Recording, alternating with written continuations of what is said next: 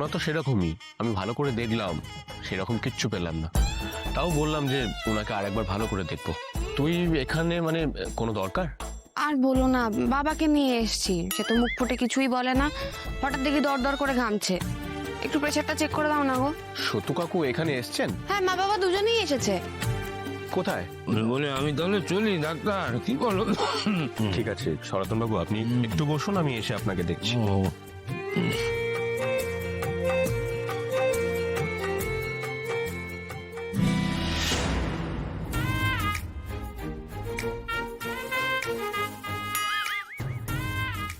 কি ব্যাপার, আমার আঁচল ধরে টানছেন নাকি সনাতন বাবু?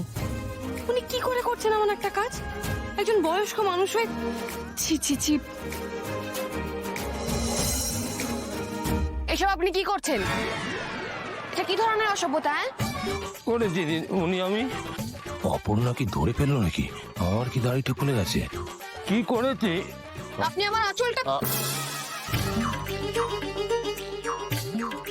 ও আমার, ও দিদিমণি, আমার কি বিমূর্তি হয়েছে নাকি? না সরি, আমার ভুল হয়েছে, আই এম সরি, আমি বুঝতে ভুল করেছি। ভগবান, না। হরি রে হরি, বাবলু এই মরার বয়সে এসে দিদিমণি কি অপবাদ দিচ্ছে দেখ রে। না না, আমি দুঃখিত, আমাকে ক্ষমা করে দিন।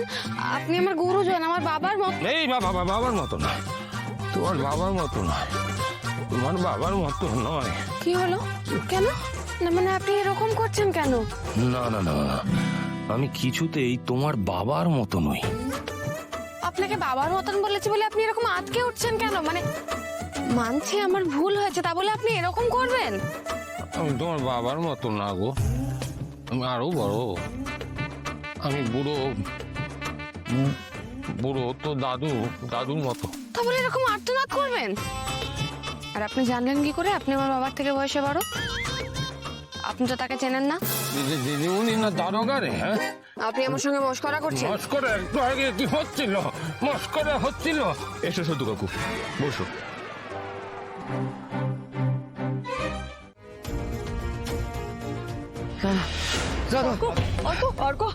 কোথায় যাচ্ছে? আমি বাড়িতে যাবো, দাদার কাছে যাবো।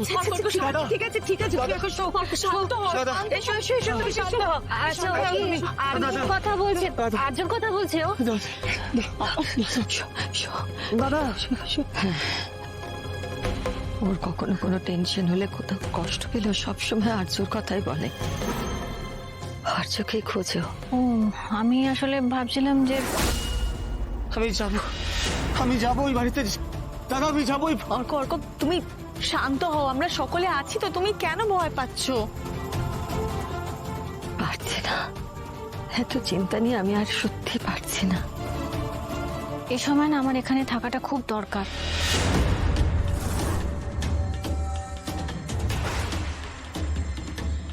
হ্যাঁ মা, ভাই একটু সুস্থ হয়ে যাক, তারপর আমি যাবো, নইলে তোমার উপর খুব চাপ পড়বে। এক মিনিট দিদি, মানে ভাই সুস্থ হয়ে গেলে তুমি চলে যাবে? মানে তুমি কোথায় যাবে? আমি এখনো জানি না কোথায় যাব, কিন্তু এখানে থাকবো না, এই বাড়ি থেকে একটু দূরে। মানে কেন? কি করি বলো? নিজের মা বিশ্বাস করে না যে আমি ওনার মেয়ে, এটা খুব কষ্টের মানসিক।